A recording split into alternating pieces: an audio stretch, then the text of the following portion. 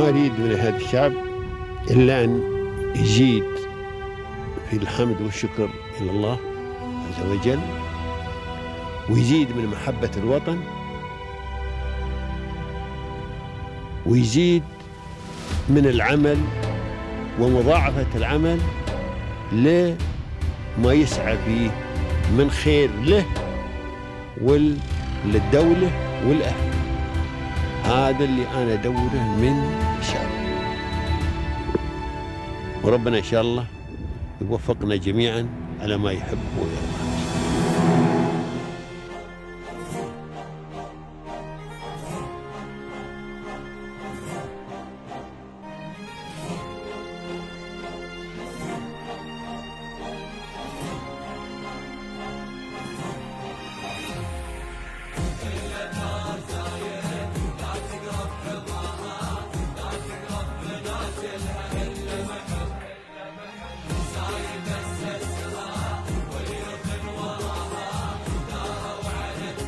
So I just want to extend my gratitude towards leadership of our country, of UAE, for creating such an ecosystem that supports healthcare professionals and entrepreneurships. And I really call this place my second home. I feel truly honored to be part of this remarkable country and to serve this community as a healthcare professional. Thank you.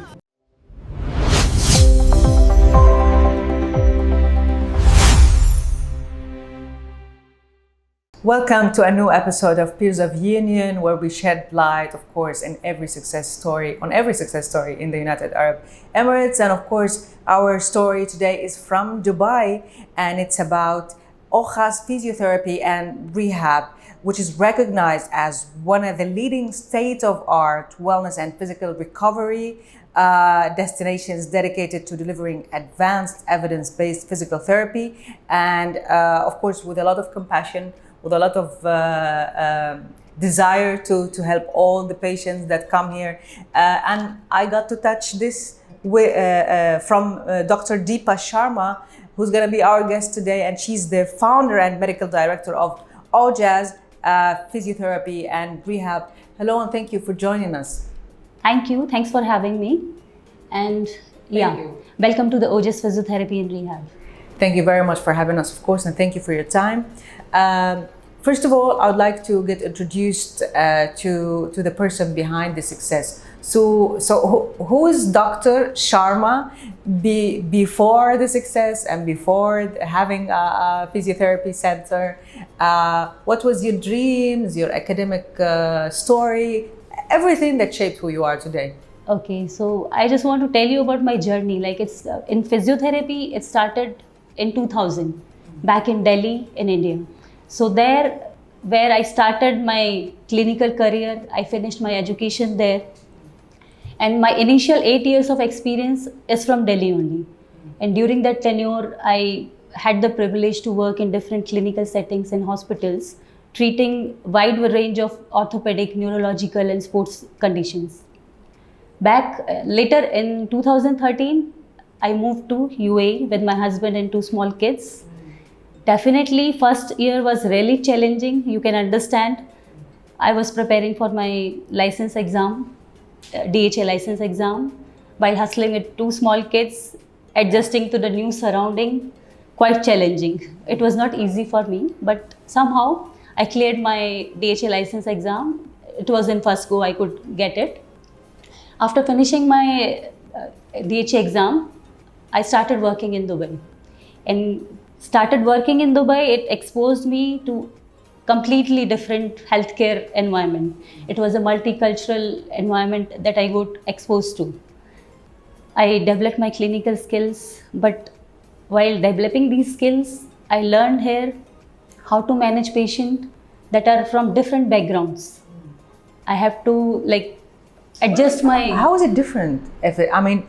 We're humans. Maybe you have to work at the same time. It's actually different, because sometimes what happens when you have to make treatment programs for patients, you have to take care of what kind of lifestyle they're living.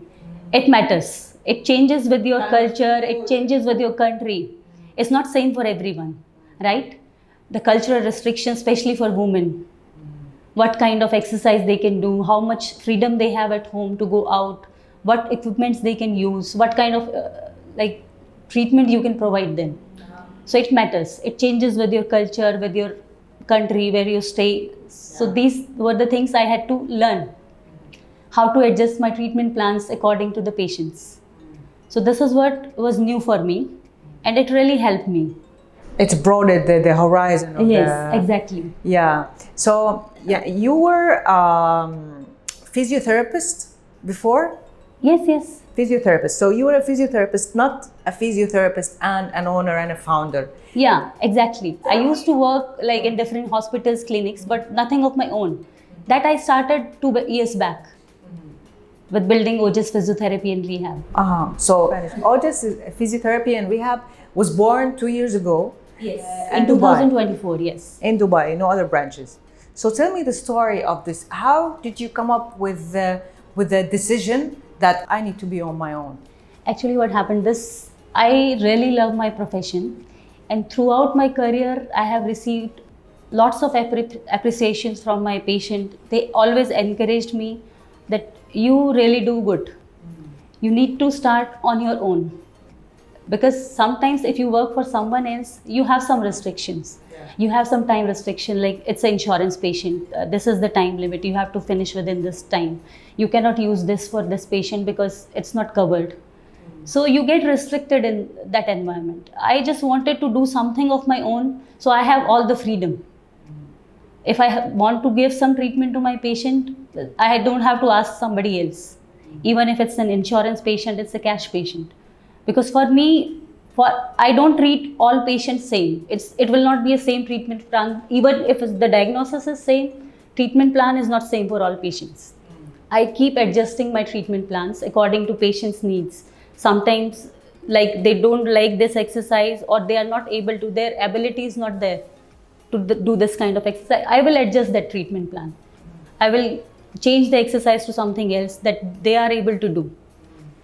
So this is how it works. This consideration of every detail, actually, I just want to say it's impressive because really everything, I mean, every person is different, as you just said, based on their culture, based on their character, sometimes as well, based on the shape of their body as well, and the density maybe of the bones. Yeah, the ability. Not all patients have the same ability. Yeah, and the desire. The tolerance power. Sometimes tolerance to pain is different in patients. The amount of pain will be same, but one patient is able to tolerate. They will not tell you that they have this much pain.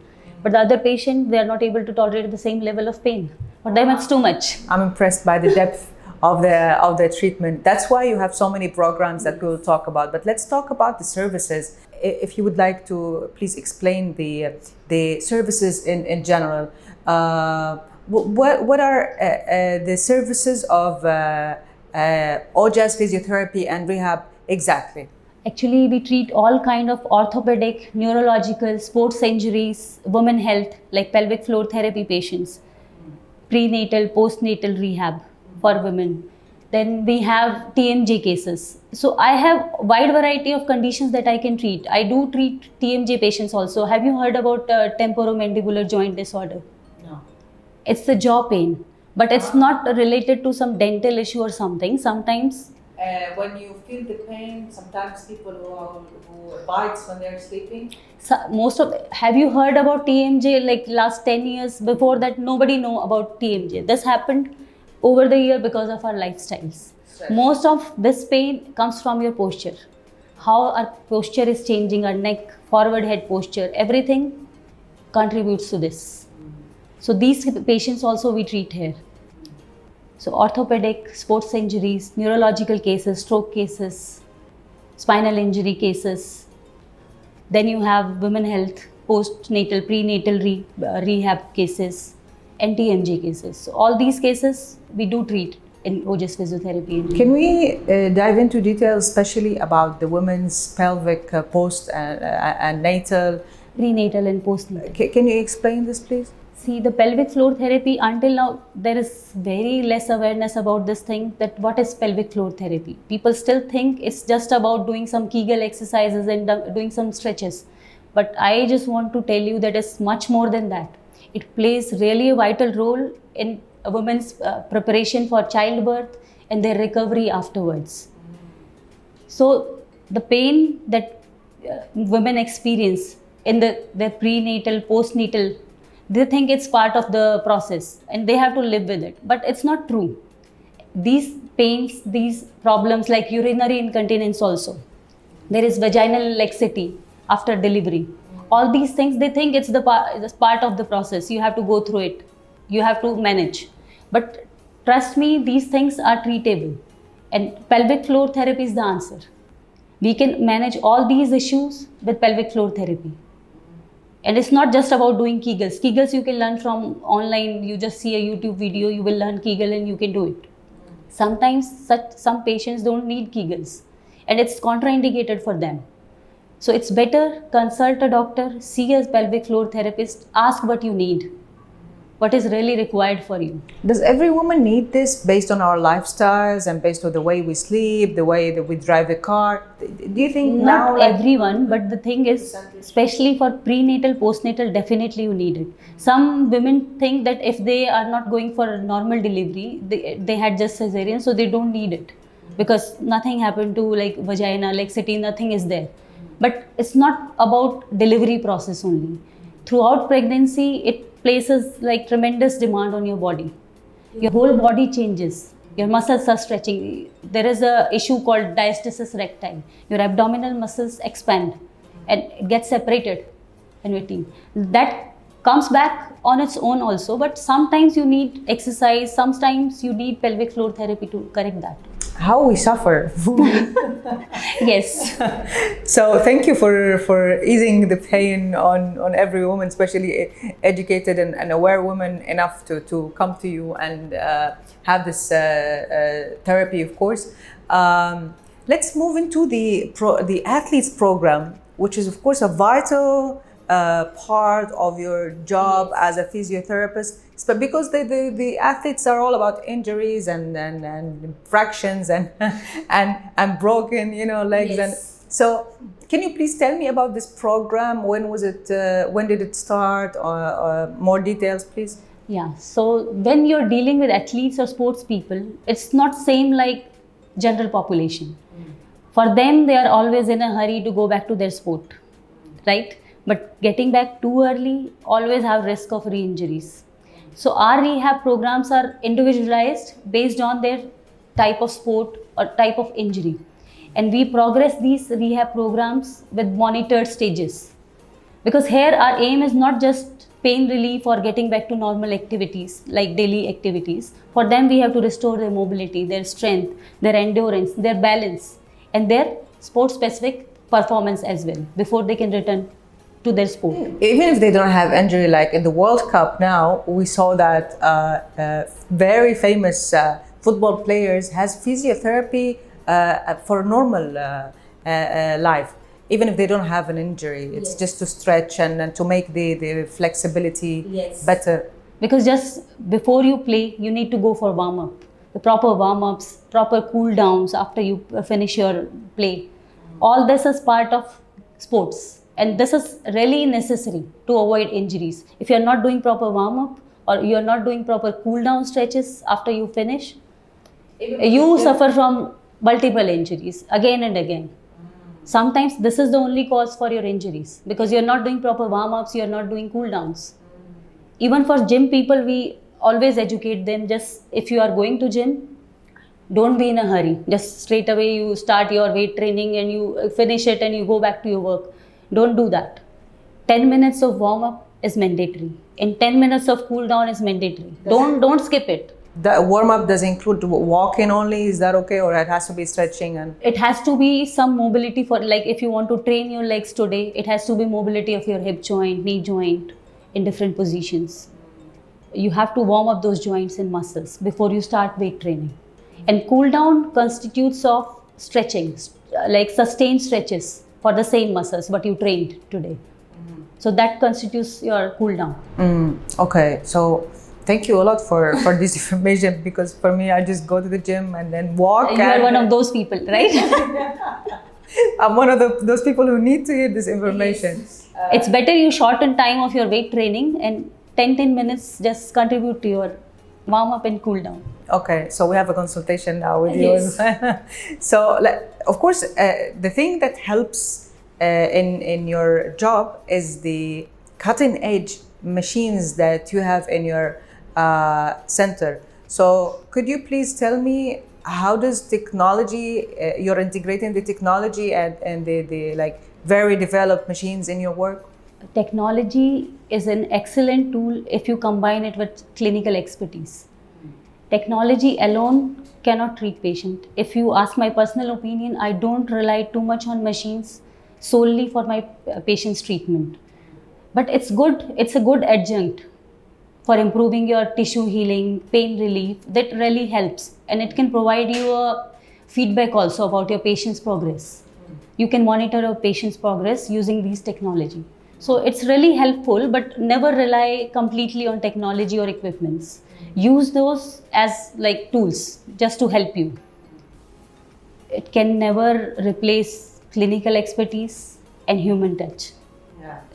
I'm not somebody who is big fan of using big machines, advanced technology. Maybe you can call me outdated. This AI stuff doesn't suit me. It's not about outdated. It's actually because the machines were created based on the way you used to treat people in the old way. It's just a more mechanical way, let's say.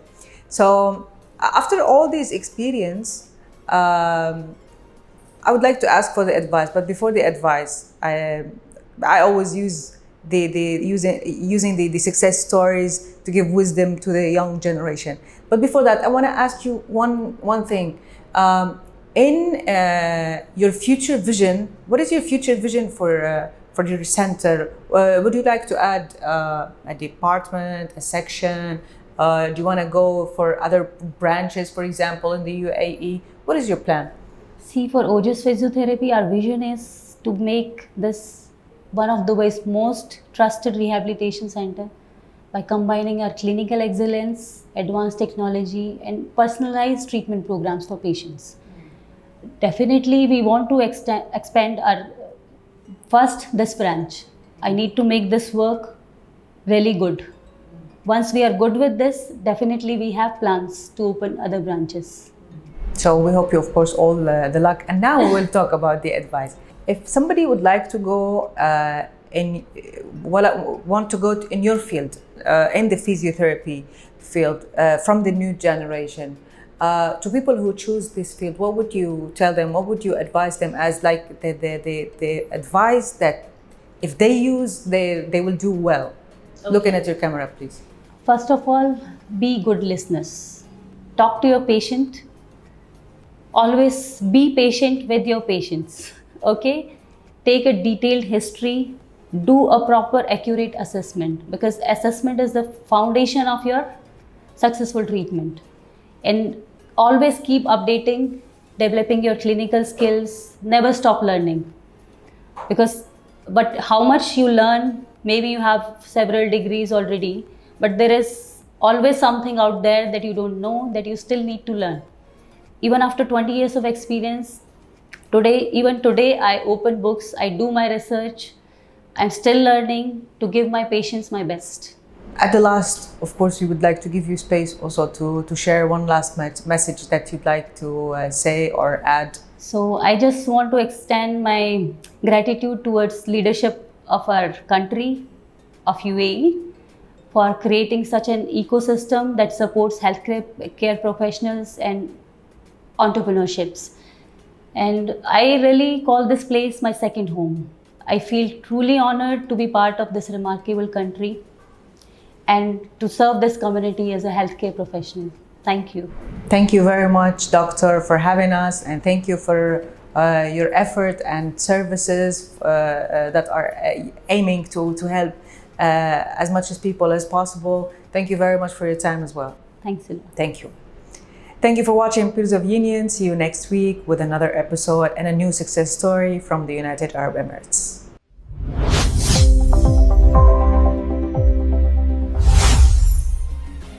والله الشيوخ اللي الله رعاهم make you